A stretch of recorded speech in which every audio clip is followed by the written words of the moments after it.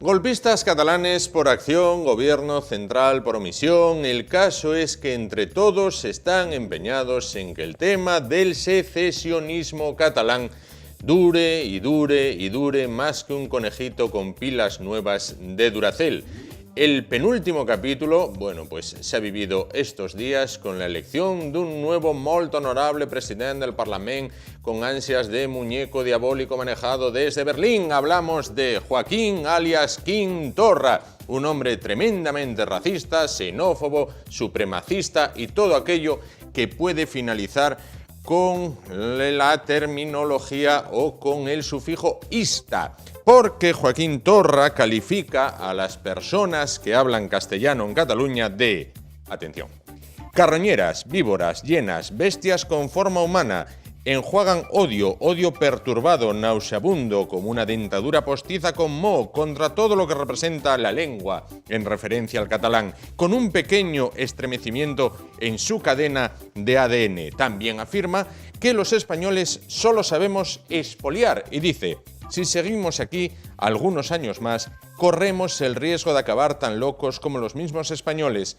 Nosotros, los catalanes, vamos en coches particulares y nos lo pagamos todo. Ahora añado yo, cuando vamos a Andorra con el dinero. No hacemos como los españoles. Vergüenza, dice Joaquín, alias Quim Torra de apellido, es una palabra que los españoles hace años que han eliminado de su vocabulario, dice el supremacista, que califica de bestias y todo esto y todo esto. Joaquín, majet, antes de hablar de bestias y de gentes con cadenas de ADN estremecidas por un salto, mira un poquito lo que hay en casa, mira un poquito de puertas para adentro y mientras tanto sigue a Puigdemont en Berlín. Bueno, 15 de mayo, comenzamos.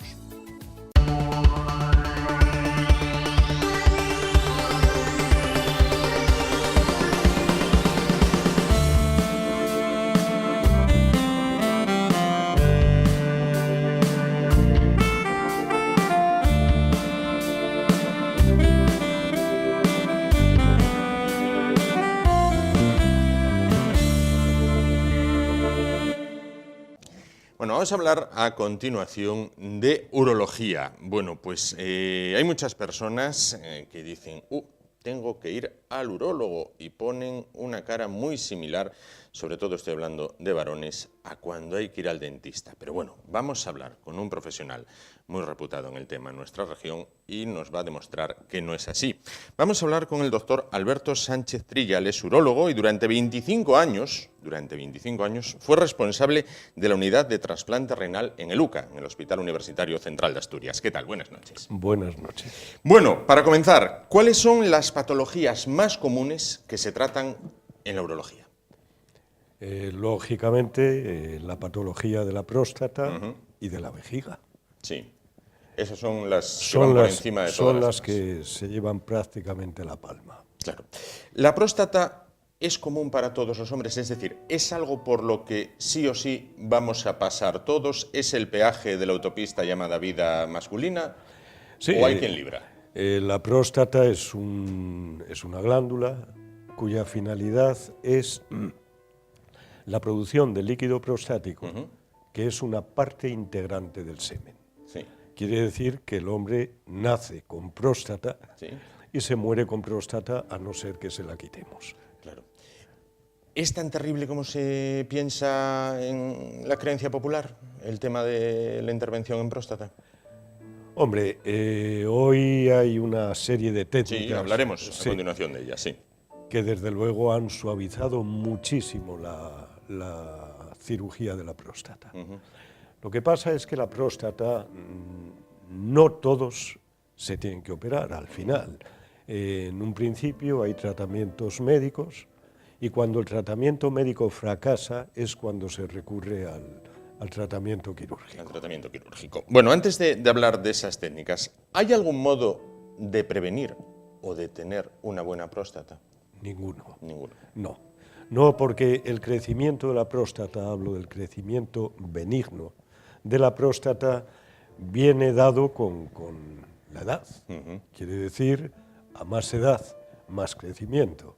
A los 30 años, pues la próstata puede pesar 15 gramos y, sin embargo, a los 70 pues puede pesar 80, 90 gramos. Quiere decir que va implícita con la evolución de la vida. Claro, a más vida. A más vida, mayor es la próstata. Claro. Bueno, vamos a hablar de esas técnicas que, bueno, ya no son aquello terrible de lo que hablábamos, ¿no? Vaporización y láser verde. ¿Qué es vaporización? ¿Qué es láser verde? Las dos se basan en lo mismo, vaporizar la próstata, sí. Y nunca mejor dicho. El láser verde se hace mediante láser, sí. Entonces es un haz de luz que incide sobre la próstata y la próstata se va vaporizando, va desapareciendo. La vaporización por turisplasma es exactamente lo mismo, pero en vez de emplear un haz de luz, emplea diatermia. También vaporiza la próstata. Actualmente yo pienso que próstatas con cirugía abierta se hacen una minoría y todas ellas superiores a los 100-120 gramos. El resto se pueden hacer todo por cirugía mínimamente invasiva como es la vaporización. Claro. Bueno, esto en lo que se refiere a la próstata, la tan traída y llevada. Vamos a hablar un poquito de usted. Usted dirigió el primer trasplante de riñón intervivos en Asturias. Sí. ¿Cómo lo recuerda? La verdad que lo recuerdo con bastante alegría, porque fue el inicio del trasplante intervivos aquí en Asturias. El primero fue una responsabilidad considerable. Llega un momento que te olvidas de todo, te centras en la cirugía, porque si te dedicas a pensar en todo lo que hay alrededor, la verdad es que no haces nada. No, claro, exacto. En este caso. Yo siempre lo comparo un poquito con un partido de fútbol, pitan un penalti, ¿sí? Y el que tiene que lanzar el penalti, pues lógicamente si gana el partido, tiene una responsabilidad tremenda. Tremenda. De ahí vienen los enormes fallos que hay a veces y por eso profesionalmente te tienes que centrar exclusivamente en lo que estás haciendo. Claro. Me decía, fue en el año 2004, 2005 aproximado. Sí. Bueno, esto entiendo que no es que un día usted llega al hospital y dicen, ¡hala, vamos a hacer un trasplante intervivos! No, esto se programa, entiendo, ya lleva un plan. ¿Cómo se gesta todo esto de decir, bueno, pues venga, aquí en Asturias, en Oviedo, vamos a poner en marcha un trasplante intervivos? Bueno, pues, y además va a ser usted, le dicen. Primero hay que organizarlo todo, hay que ver cómo se hace en otros sitios, hay que contactar con el juzgado, ¿sí? Con psiquiatras, sí. Psicólogos, con los pacientes, y generalmente son familiares que le dan un riñón a otro familiar. La gran mayoría son madres a hijos e hijas. Sí, en este caso era así, ¿no? Era una madre o una hija. Aquí era una madre o una hija. Entonces, una vez que se superan todos estos escollos, es cuando ya se programa, claro, esto no se hace de un día para otro, ya se programa y ya en dos quirófanos, en uno se hace la extracción y en el otro se hace el implante. Quiere decir que no son simultáneos, pero están casi unidos. Claro, esto, el mejor momento de hacerlo tiene que ser por la tarde para no interferir en la actividad habitual del hospital. ¿Cuánto duró aquella operación? Pues no creo que durase mucho. La verdad es que no lo recuerdo exactamente, pero creo que con cada uno debieron de ser 2 horas aproximadamente. Bueno. Usted tiró el penalti y el balón entró. Entró. Perfecto. Bueno, ¿cuál es el nivel de la cirugía del riñón aquí en el UCA? Hombre, todos los hospitales de la Seguridad Social e incluso en la medicina privada, porque suelen ser los mismos profesionales, el nivel es muy bueno y no hay que irse a ningún sitio para operarse de nada. Claro. No hace falta Madrid, Barcelona... No hace falta Madrid o Barcelona porque se hace exactamente igual aquí. Más temas que tienen que ver con el riñón. ¿Qué son cálculos coraliformes? Bueno, en la litiasis están los cálculos simples, que es el típico cálculo que sale, tienen un cólico de riñón, y luego hay unos cálculos especiales, son poco frecuentes, afortunadamente, que se llaman cálculos coraliformes. El cálculo coraliforme es el que ocupa la pelvis renal, un cáliz, 2 cálices o 3. El riñón tiene 3 cálices, tiene la pelvis renal y luego 3 cálices.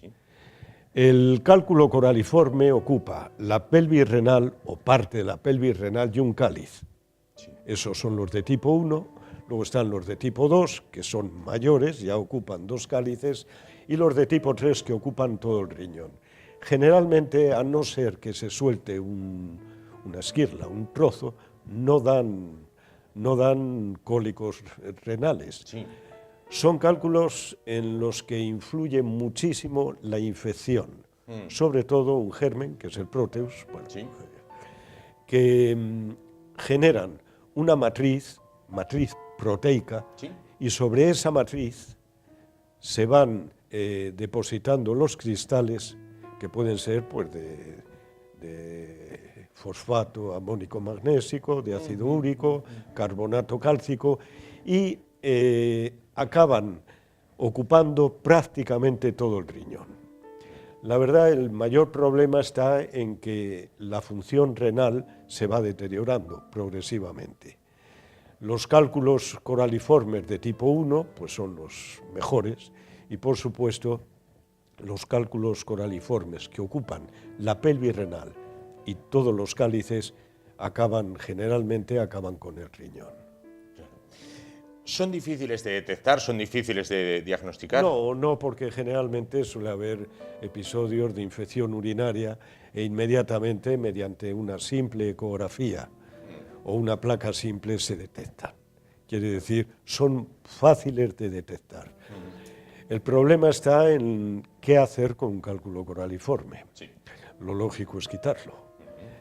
Ha habido una controversia tremenda, pero últimamente la mayoría de los servicios se decantan por la litotricia extracorpórea completado o bien con la nefrolitotomía, que es por nefroscopia, bueno, es a través del riñón, o bien con cirugía abierta.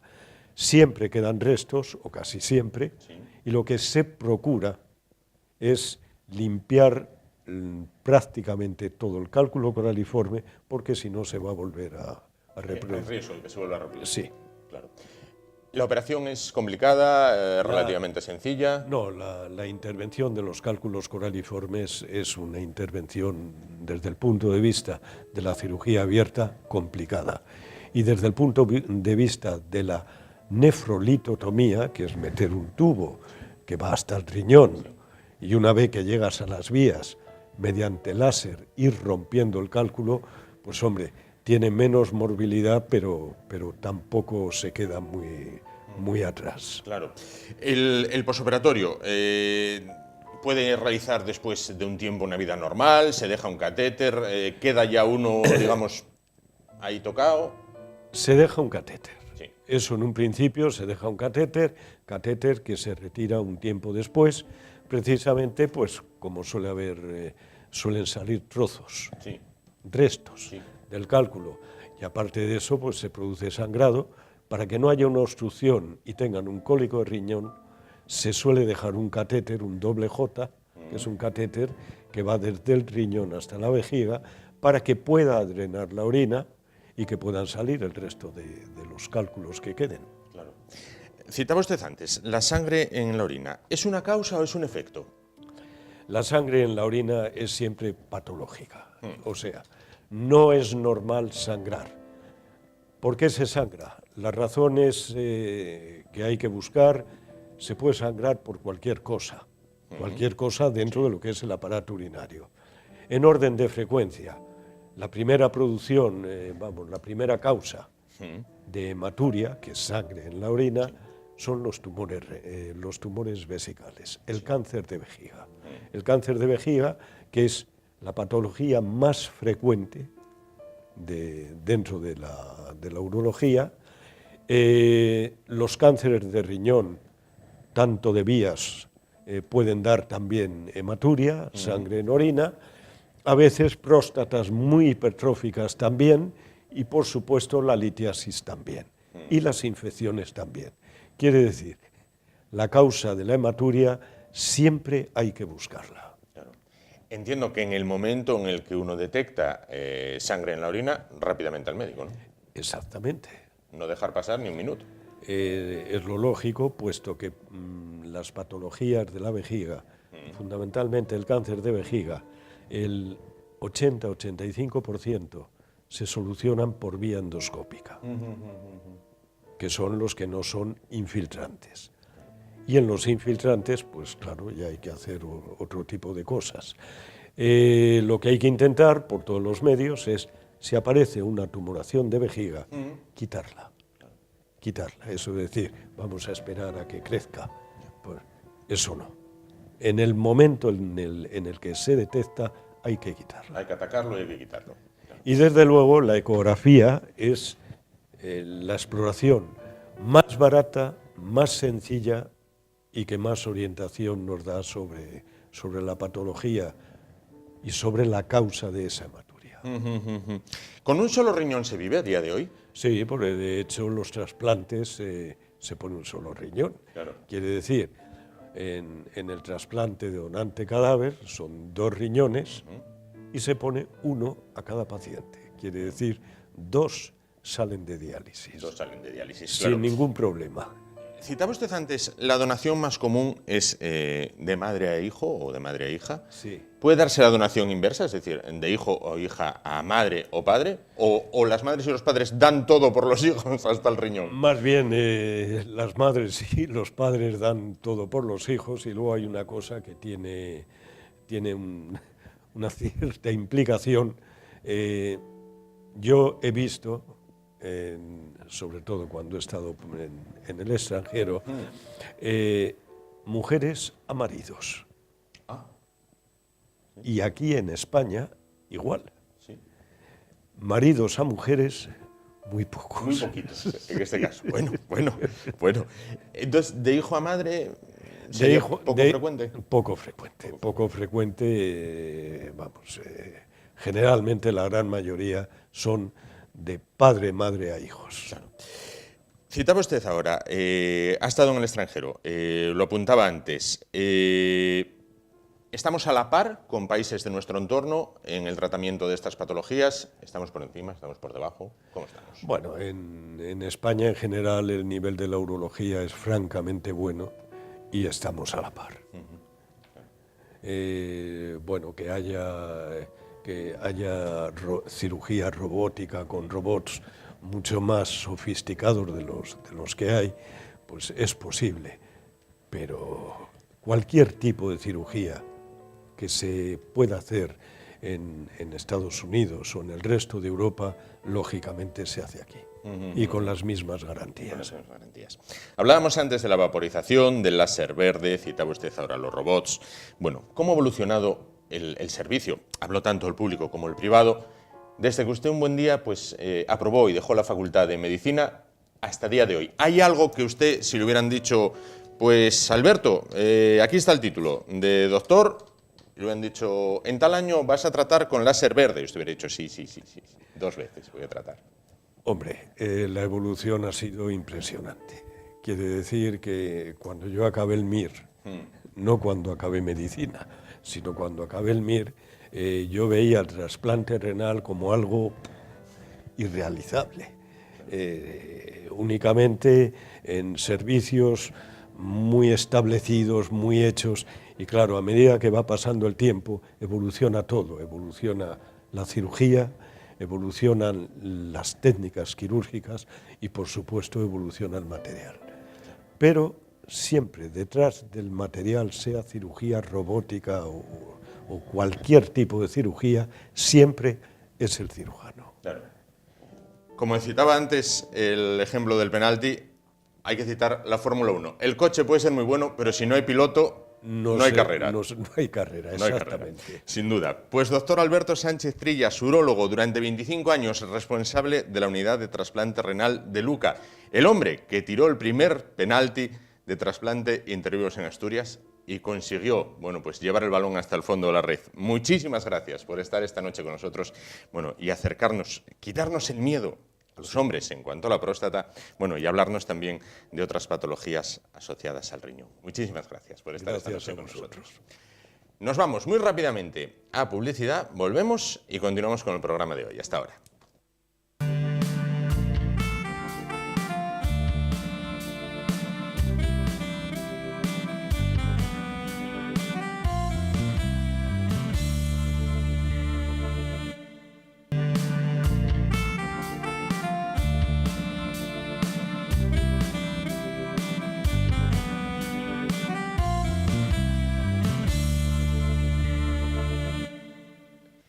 Bueno, desde que allá por los pasados meses de septiembre, octubre, se desató la crisis catalana, el intento secesionista por parte de algunos partidos políticos catalanes de separarse del resto de España, bueno, pues qué duda cabe que hemos aprendido muchas cosas. Hemos aprendido que, por ejemplo, una palabra mai significa nunca, res a res. Hemos aprendido, cuantos más telediarios, ya casi vamos sabiendo catalán. Y hemos aprendido incluso terminología jurídica que tiene que ver con las altas instancias. Hemos aprendido a manejar una palabra que se llama euroorden. La hemos oído en muchísimos telediarios, la hemos leído muchas veces en el periódico, pero quizás no sepamos muy en el fondo qué significa, para qué sirve o qué conlleva. Bueno, precisamente hace unos días en la Universidad de Oviedo pues, se abordó por parte de expertos en esta materia, bueno, pues qué es la euroorden, qué conlleva en el caso de Puigdemont, en qué se puede traducir, lo traerán a España, no lo traerán a España. ¿Lo mandarán las autoridades alemanas o los jueces alemanes? ¿Por qué desde Alemania sí, desde Bélgica no? Bueno, vamos a arrojar luz sobre toda esta oscuridad a nivel divulgativo, de la mano de Javier González Vegales, catedrático de Derecho Internacional Público de la Universidad de Oviedo. ¿Qué tal? Buenas noches. Buenas noches. Bueno, por definición, ¿qué es una euroorden? Una orden es un mecanismo de cooperación jurídica existente en el ámbito de la Unión Europea, establecido en el marco de una petición marco adoptada en el año 2003 y que obliga a los Estados miembros de la Unión a facilitar las entregas de las personas requeridas por los respectivos tribunales para ponerlas a disposición de la justicia en el Estado miembro que solicita la entrega. ¿Y es de obligado cumplimiento para todos Son de los obligado países? Son de obligado cumplimiento para todos los Estados miembros. Claro. Entonces, ¿qué ocurre en este caso? Bien, traen al prófugo de la justicia. Vamos a ver, claro, ocurre que la entrega es obligatoria, pero se supedita obviamente al cumplimiento de una serie de condiciones, ¿no?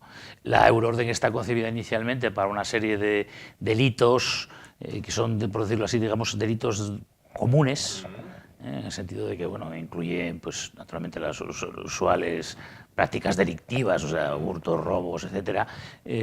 Lo que ocurre es que no contempla, en cambio, la totalidad de los tipos delictivos existentes y, concretamente, respecto de aquellos que no se encuentran comprendidos en una lista, que creo recordar de 24 supuestos, entonces hay que proceder a lo que se denomina la doble incriminación. Esto es determinar que el delito por el que se reclama también es delito en el estado en el que se formula la petición, ¿no?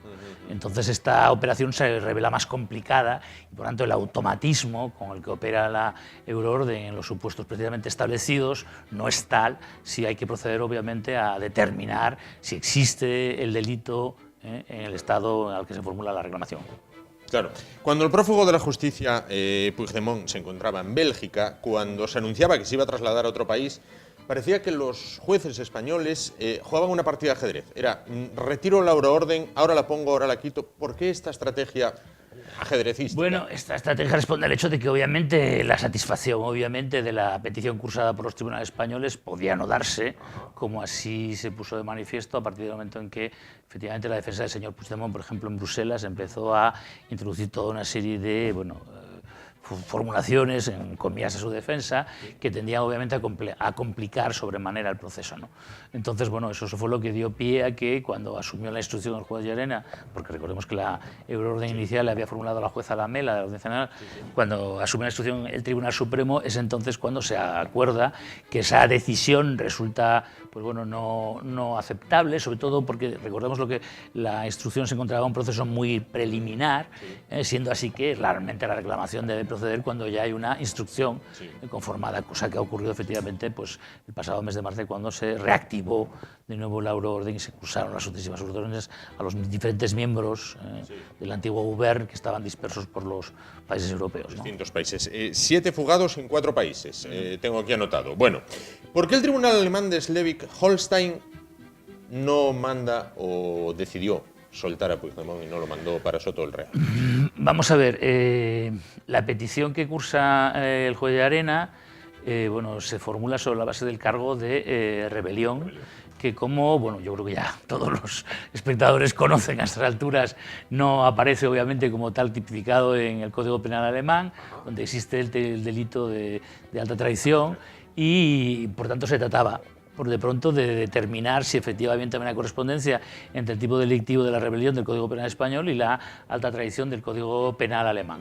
Bueno, esta operación, por tanto, ya en sí misma pues, entraña una cierta dificultad, ¿no? Sobre todo porque bueno, se trata de comparar dos sistemas jurídicos que obviamente no están armonizados y por tanto ofrecen respuestas a situaciones además que pueden ser, y lo son, ciertamente distintas, ¿no? Entonces, desde la perspectiva, bueno, se habría la posibilidad de que en esta operación, que ya digo no es automática como en el caso normal de la euroorden ajustándose a los tipos reconocidos en la lista, pues bueno, hubiera diferencias de apreciación en relación con la solicitud que cursa el juez Llarena y bueno, el criterio que en este punto mantiene el juez alemán a la hora precisamente de determinar si es procedente una entrega por ese cargo, ¿no? Y esto es lo que ha llevado al juez alemán, y aquí también conviene advertirlo, las opiniones son controvertidas, hay quienes sostienen que el juez alemán no tenía ninguna capacidad de apreciación y por consiguiente debía haberse limitado a tomar nota de la simple coincidencia, por decirlo así, o afinidad entre los tipos penales y despachar la entrega, ¿no? Hay otros, en cambio, que entienden que no, que debe realizar una cierta operación de calificación a la luz precisamente de lo que le aporta el juez Llarena y que en el marco de esa operación de apreciación puede llegar a la conclusión de que realmente no se da la concurrencia del tipo penal por el que se le reclama, ¿no? Y esto es precisamente lo que ha motivado el que el juez, vamos, en este caso los jueces, puesto que eran 3 jueces del tribunal de Schleswig-Holstein, decidieran por tanto no acordar la entrega por concretamente el cargo de rebelión, aunque como sabemos está a expensas la determinación si es procedente por el supuesto de malversación, en este caso malversación, corrupción, sí, por el que podría eventualmente proceder la entrega. Es decir, que traduciendo un poco a nivel de calle, pudiera ser que los jueces alemanes no lo enviaran para España por rebelión, pero sí por chorizo.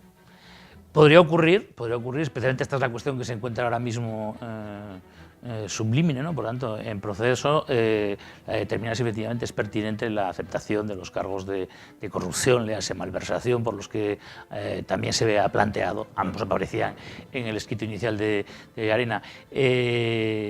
La cuestión estriba en que, como sabemos, se han producido determinadas declaraciones al más alto nivel en nuestro país, en las que bueno, se ha sembrado una cierta sombra acerca de la pertinencia de esa supuesta malversación, ¿no? Claro. Lo cual en este caso, pues bueno, es como pegarse un tiro en el pie, el propio gobierno. Efectivamente, resulta contraproducente para la buena marcha del procedimiento el que el propio gobierno ponga en duda la pertinencia precisamente de un supuesto de malversación. Correcto. A ver, usted me corregirá, porque yo tengo esta duda y creo que la tiene más gente también. Vamos a ver, el juez, o los jueces alemanes de Schleswig-Holstein dicen, no hay la violencia necesaria para considerar que fue rebelión, por lo tanto, no han tumbado, porque no han tumbado a un gobierno. Si la hubiera, si hubieran tumbado un gobierno, entonces sí habría esa violencia necesaria. Pero mucha gente, yo entre ellos me pregunto, si hubieran tumbado un gobierno, ese gobierno tumbado ya no podría reclamar, porque entonces ya no gobernaría. Es decir, si Tejero, por ejemplo, hubiera triunfado en su golpe de Estado, Tejero, Armada, Milans del Bosch, bien, hubieran triunfado y se constituyeran como gobierno, el gobierno saliente o el gobierno cesante, el gobierno destituido, no puede reclamar. Entonces, es una pescadilla que se muerde la cola. Si es así, también tengo que decir que en este punto habría que ser un poco cautos, porque lógicamente el texto oficial, la versión auténtica, aunque se ha procedido recientemente a distribuir una traducción, dice lo que dice. Yo tengo que confesar ahí que mis conocimientos de alemán son limitados y desde luego no me han permitido leer el texto de la misma. La cuestión estriba en que, siendo así, que se haya producido esa afirmación, resultaría cuando menos desafortunada precisamente por lo contradictoria que es, ¿no? No sé si efectivamente lo formula en tales términos. A mí me parece que el cambio es más importante la cuestión relativa, y antes lo señalaba, acerca de las controversias que rodean la competencia de los jueces alemanes para examinar con cierta profundidad el supuesto.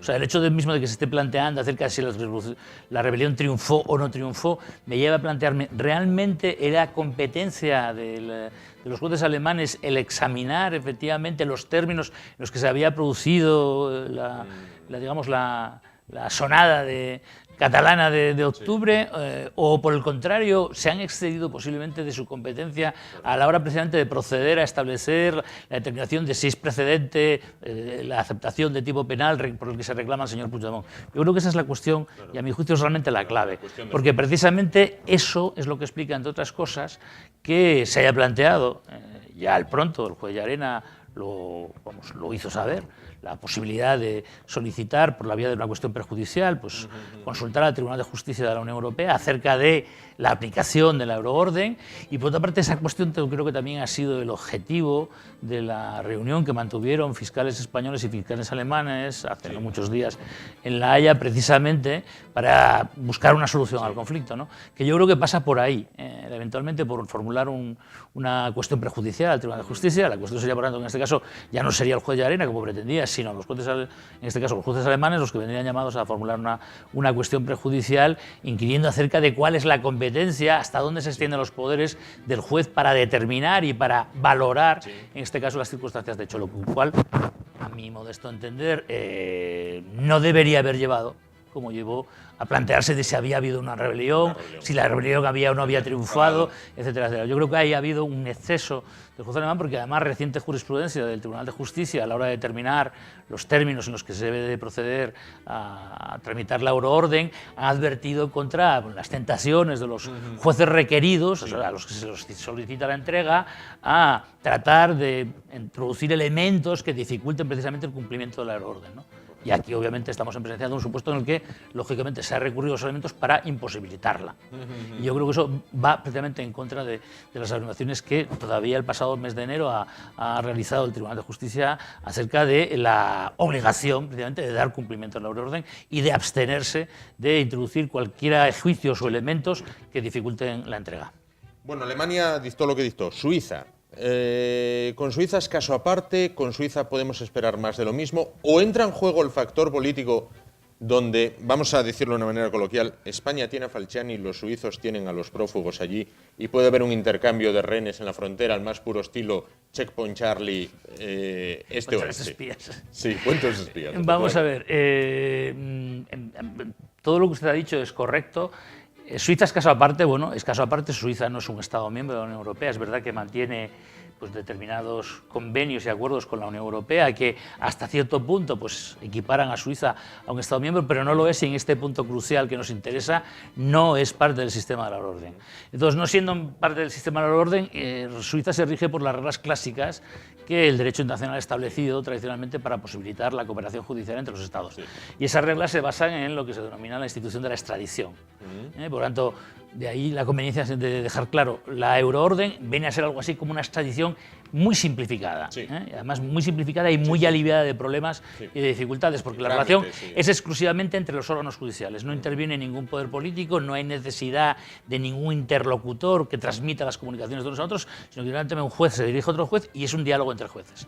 En la extradición, en cambio, al modo clásico, que es el mecanismo que coopera con carácter general, fuera de la Unión Europea, en lo que nos encontramos es con una solicitud que formula un juez, la cual, sin embargo, es trasladada por el Estado de origen del juez, que la transmite a su vez al Ministerio de Justicia o de Exteriores del Estado al que se dirige, y este, a su vez, la traslada al órgano jurisdiccional correspondiente. Por lo tanto, ya no es ese diálogo horizontal, ya no entre autoridades judiciales, sino que se sube al alto nivel político y, por tanto, son las autoridades del Estado las que intervienen y, por eso mismo, pueden interferir en el procedimiento. ¿Por qué?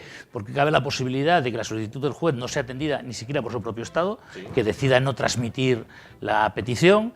Puede ocurrir que al dirigirse un Estado al otro, el otro Estado no admita la petición, o incluso la inversa. Una vez aceptado inicialmente, puede que luego el Estado, por consideraciones políticas, tanto el requirente como el que entrega, puedan, por tanto, no llegar a un acuerdo y, por tanto, imposibilitarse en la práctica la extradición, ¿no? Por tanto, hay un componente político que en este caso está reconocido como un componente discrecional en manos de los Estados, que puede, por tanto, condicionar, sujetar a determinados requisitos, a determinados criterios, y propiciar, por tanto, las componendas políticas en relación precisamente con el objeto de la entrega. Las distintas bazas que cada cual Entonces, puede en este tener. caso hay que decirlo, efectivamente, el supuesto, recordémoslo, supuesto Rovira, Marta Rovira, puesto que, como sabemos, Ana Gabriel no está reclamada por la justicia española, pese a que se encuentra también en Suiza. En el caso Marta Rovira, donde sí hay, desde luego, una solicitud de, una orden de detención internacional, en este caso lo que se plantearía es, obviamente, pues, el contacto con las autoridades suizas. Ya ha habido, desde luego, ese contacto. Ya ha habido incluso declaraciones al más alto nivel. El consejero federal de Asuntos Exteriores ya ha hecho algunas declaraciones, por ejemplo, descartando el que se fuera a conceder asilo político a la señora Rovira, contra lo que se había insinuado inicialmente. Y, naturalmente, también en esa línea yo creo que hay que situar, como usted lo señala muy oportunamente, el caso Falciani. No por casualidad hablamos ahora del caso Falciani. Claro. Es evidente que hay una conexión estrecha entre la solicitud planteada por España respecto de la señora Rovira y la solicitud que a su vez plantea Suiza a España respecto del caso Falciani.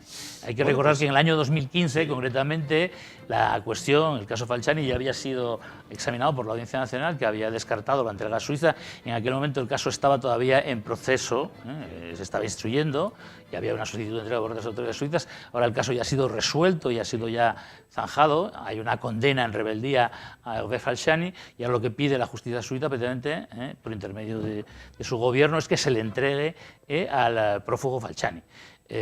La cuestión, sin embargo, bueno, plantea algunos problemas a mi juicio. Tiene por un lado que ver con que la institución de la rebeldía en la que se ha juzgado al señor Falciani no ha sido históricamente aceptada en nuestro sistema jurídico. Es verdad que desde el año 2014 el Tribunal Constitucional parece haber asumido el que descarta que haya una indefensión y una vulneración del derecho al proceso justo cuando se entrega a una persona en rebeldía. Esto es el efecto de la integración europea.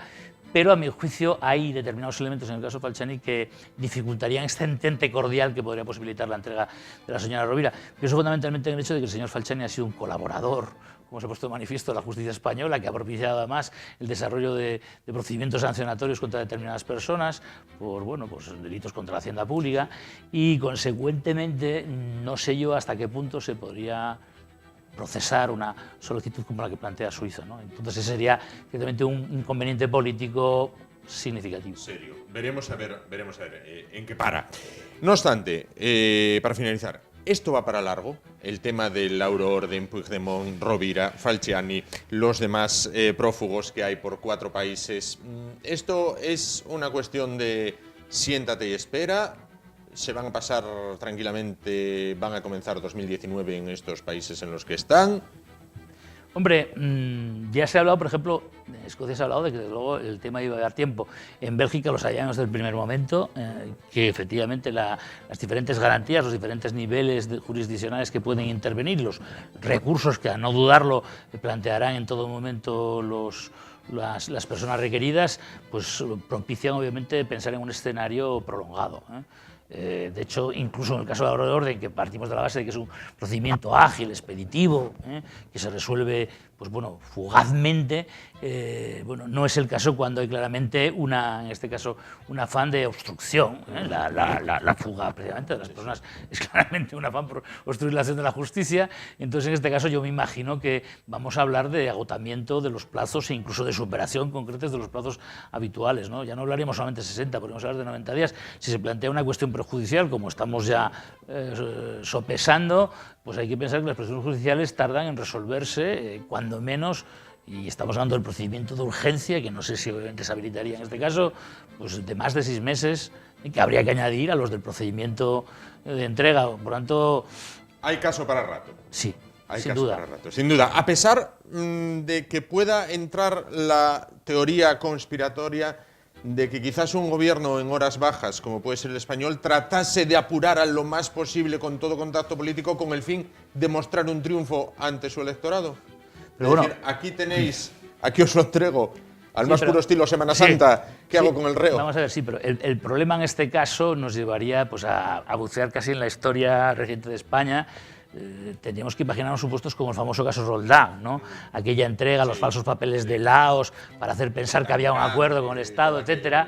Es decir, que debería de mediar entre tanto el engaño para posibilitar que estas personas se pongan a disposición de la justicia, o que se abandone sencillamente el procedimiento judicial y por tanto unas garantías en el programa de Estado de que no se les persigue y entonces que estos llegan y vuelvan de nuevo por tanto a España, o de otra manera, ya digo, un símil, un engaño, o bueno, o un secuestro a lo Eichmann. A lo Eichmann. Sin duda, sin duda. Ricardo Clemen vivía en Buenos Aires, llegaron los agentes del Mossad, lo engancharon, lo metieron en un avión, lo llevaron para Israel, para Jerusalén, lo juzgaron a Adolf Eichmann y lo ejecutaron y después esparcieron sus cenizas en el mar. Bueno, después de esta erudición, Javier González Vega, catedrático de Derecho Internacional Público de la Universidad de Oviedo, muchísimas gracias. Creo que se desprende de sus palabras que vamos a tener res a res y todo esto, unos cuantos telediarios. Yo creo que sí, los que no lo tengan, que se vayan haciendo con un diccionario catalán. Sin duda.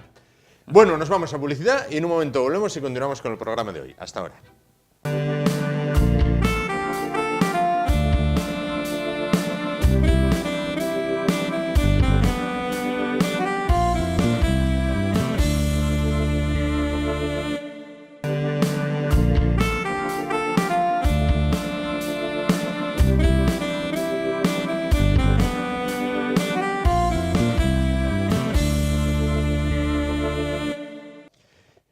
Bueno, pues para finalizar, como todas las noches de los martes que se precien, vamos a hacerlo con el profesor Fidalgo.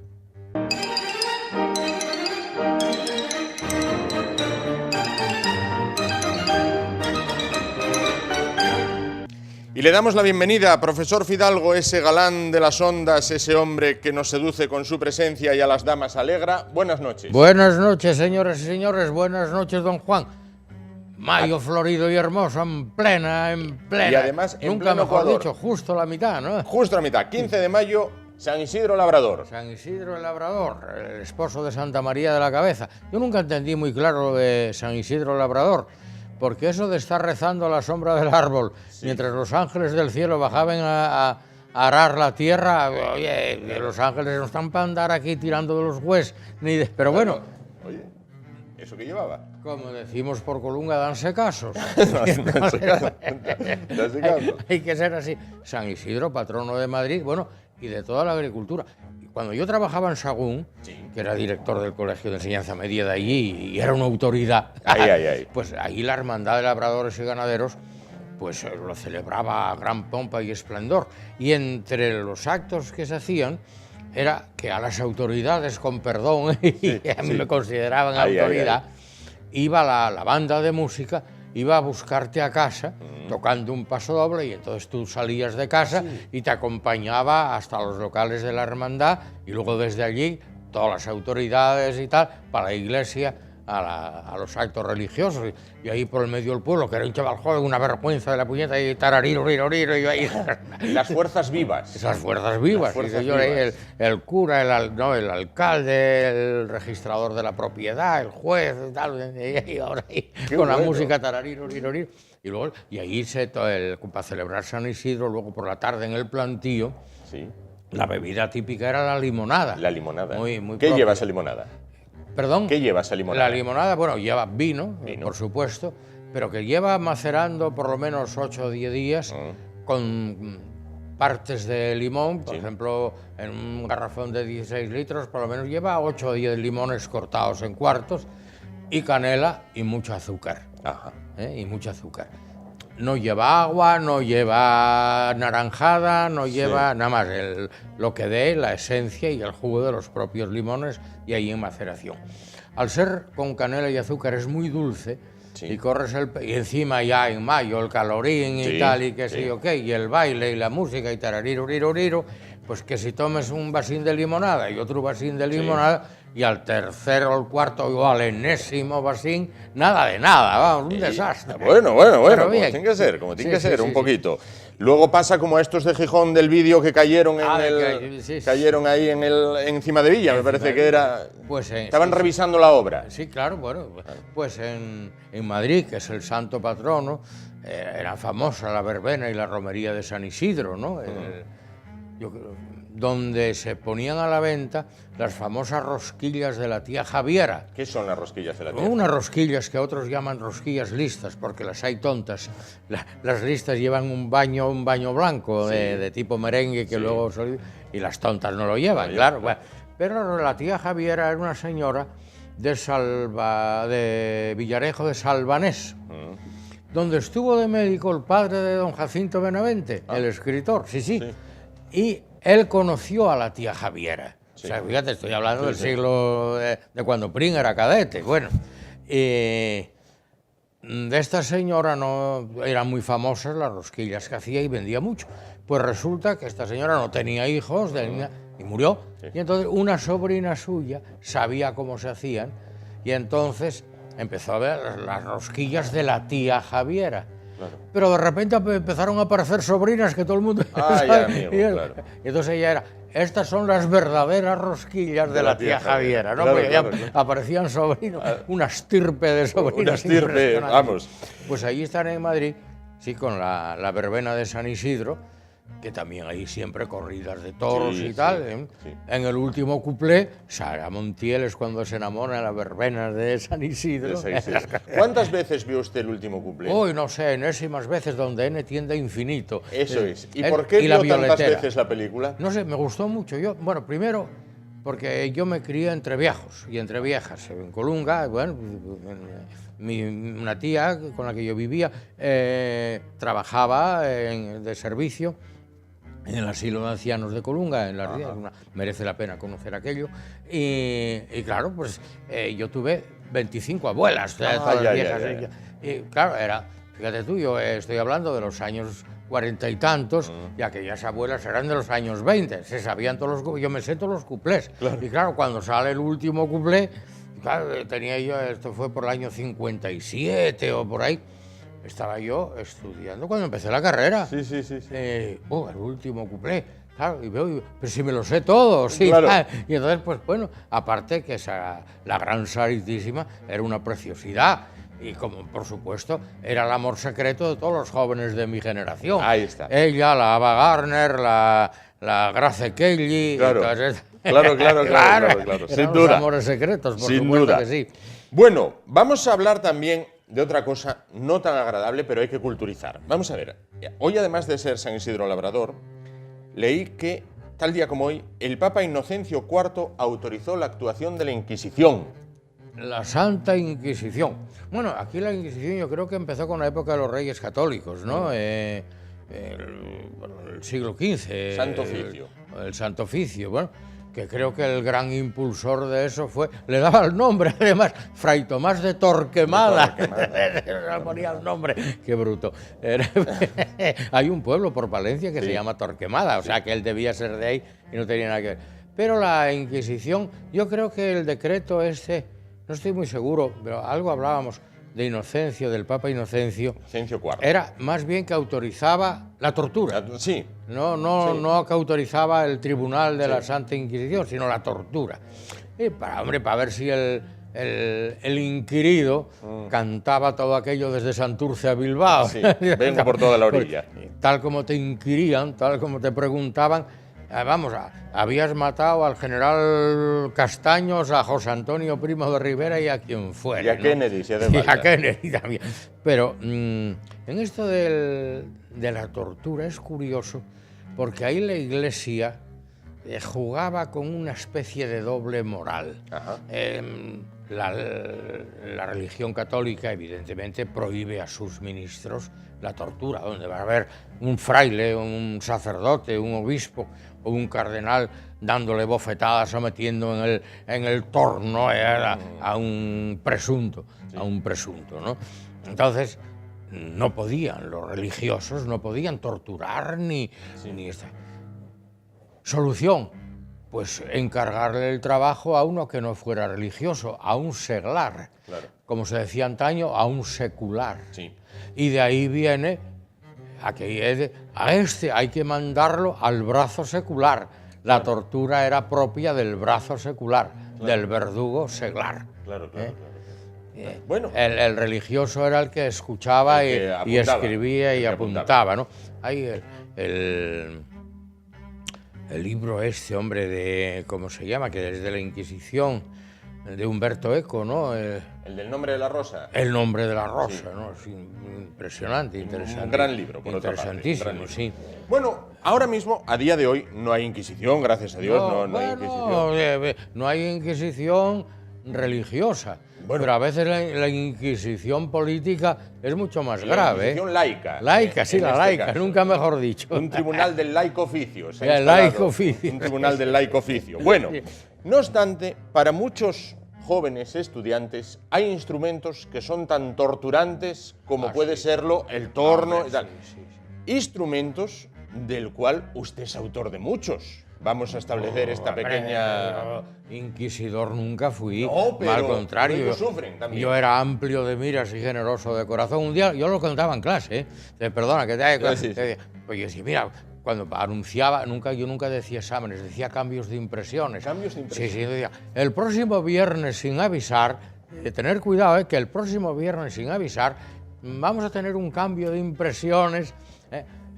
Pero no os preocupéis demasiado, hombre, que ya sabéis que yo soy amplio de miras, generoso de corazón. Yo de aquello estaba muy gordito. Total, que estábamos en unas cosas no sé si era de óptica geométrica, el examen que era que yo iba a poner. El próximo viernes o el próximo no sé cuándo, sin avisar, voy a poner un examen. Y me dice un chaval simpático, oye, va a ser muy difícil. Yo me pongo cara seria. Difícil, ¿qué dices, hombre? ¿Cómo soy yo, hombre? ¿Cómo soy yo? Y él se quedó medio temblado y dice, esférico. Esférico. Mira, una carcajada, yo no sabía qué hacerlo más. Bueno, un chaval encantador, entrañable, más bueno que un pan. ¿Cómo soy yo? Y el chaval se quedó temblado y dice, esférico. Se ve que me llamaban así.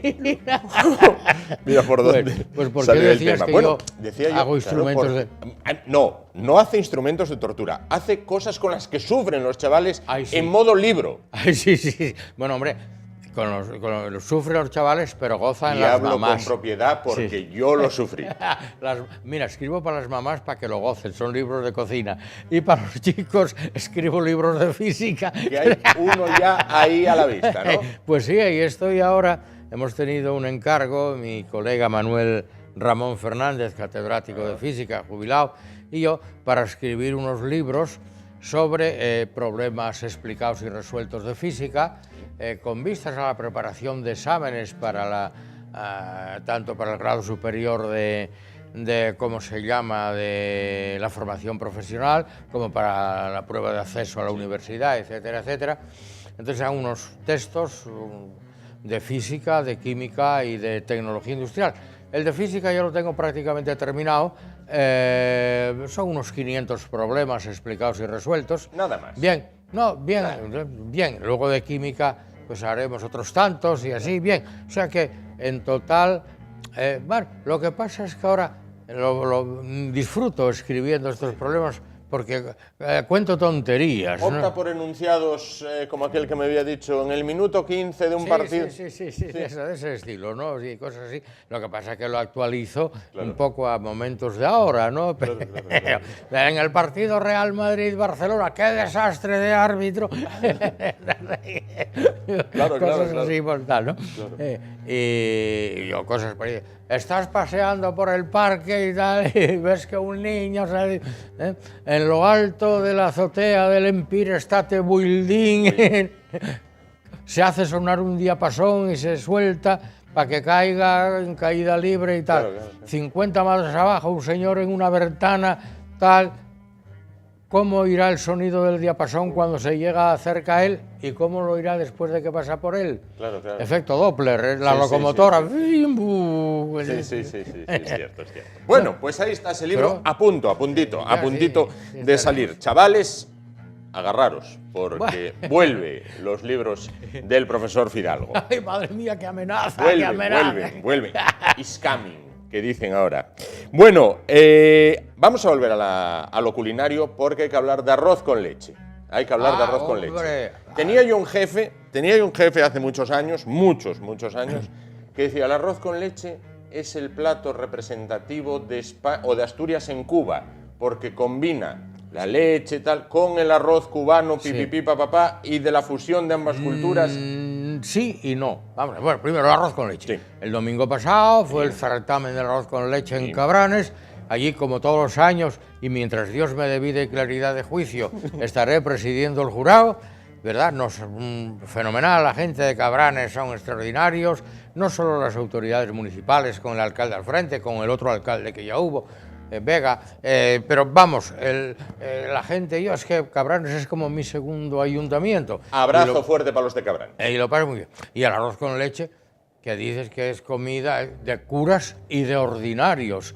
De ordinarios no quiere decir de vulgares ni tal, sino de obispos. El obispo es el ordinario de la diócesis, el que da las órdenes. Pues bueno, cuando me dices que el arroz con leche es fusión de la cultura cubana y de la cultura... bueno, vamos a ver. El arroz acá nos lo trajeron los árabes. Y el azúcar también. De manera que el arroz cubano, no, hay un arroz a la cubana, pero que no tiene nada que ver con el arroz con leche. Y por otra parte, el azúcar también nos lo traen los árabes, la caña de azúcar. Y si en Cuba han hecho ron, fue gracias a los palmeros, sobre todo los canarios, que llevaron allá la caña de azúcar y allí destilaban el ron para que luego los empleados de color, es decir, los negros, trabajaran en las... ¿cómo se llama eso de cortar la caña y luego... Bueno, a lo que voy. De manera que el arroz con leche en realidad es un postre universal. Sí. Universal. Porque hay arroz con leche en todo el continente europeo y por supuesto en todas las regiones españolas. Sí. El gran truco asturiano del arroz con leche es el requemado superficial. Ahora, ¿por qué arroz con leche en Cuba? Una de las grandes causas del éxito cubano del arroz con leche está en Cabranes. Porque fueron los de Cabranes, las gentes de Cabranes, emigrantes en Cuba y también en Argentina, los que descubrieron cómo llevar en grandes tarros de cristal, de vidrio, el arroz con leche hecho en Cabranes y tras un mes de navegación o más, lograr que a La Habana o a Argentina, a Venezuela, llegase todavía en condiciones de ser comido y degustado. Qué bueno. De manera que, esto lo expliqué yo un año que di el pregón de este, ¿no? Cómo el arroz con leche afincó en tierras de conquista, en tierras hispanoamericanas, en un porcentaje altísimo, gracias a las gentes de Cabranes. Pues abrazo fuerte, como decíamos, para la gente de Cabranes. Fantásticos, maravillosos, unos fenómenos. Profesor Fidalgo, antes de irnos, señalar telegráficamente, porque ya tengo aquí el efecto Doppler, también lo tengo yo aquí, diciendo que se nos agota el tiempo, que el próximo martes no estaremos porque es la Valesquida, es fiesta local. Fiesta del Bollo, hablaremos, no obstante, a toro pasado. Efectivamente. Pero ahora, pay attention, porque llega el momento en el que el profesor Fidalgo va a afrontar el difícil reto del volcán. Vamos con la cartela, señorita Carmen.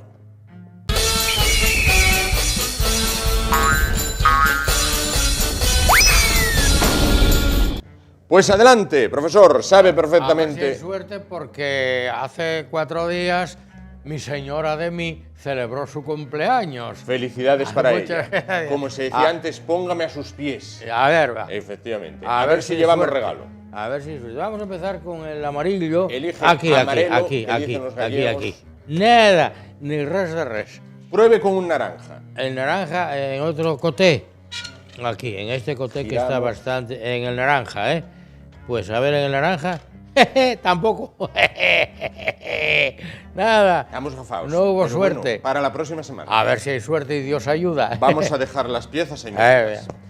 Nos vamos, gracias por su atención, volvemos mañana a partir de las 10 de la noche. Hasta entonces, que lo pasen bien, les dejamos con Mundo Seguro, el programa que hace grande la letra pequeña a sus pólizas. Hasta ahora.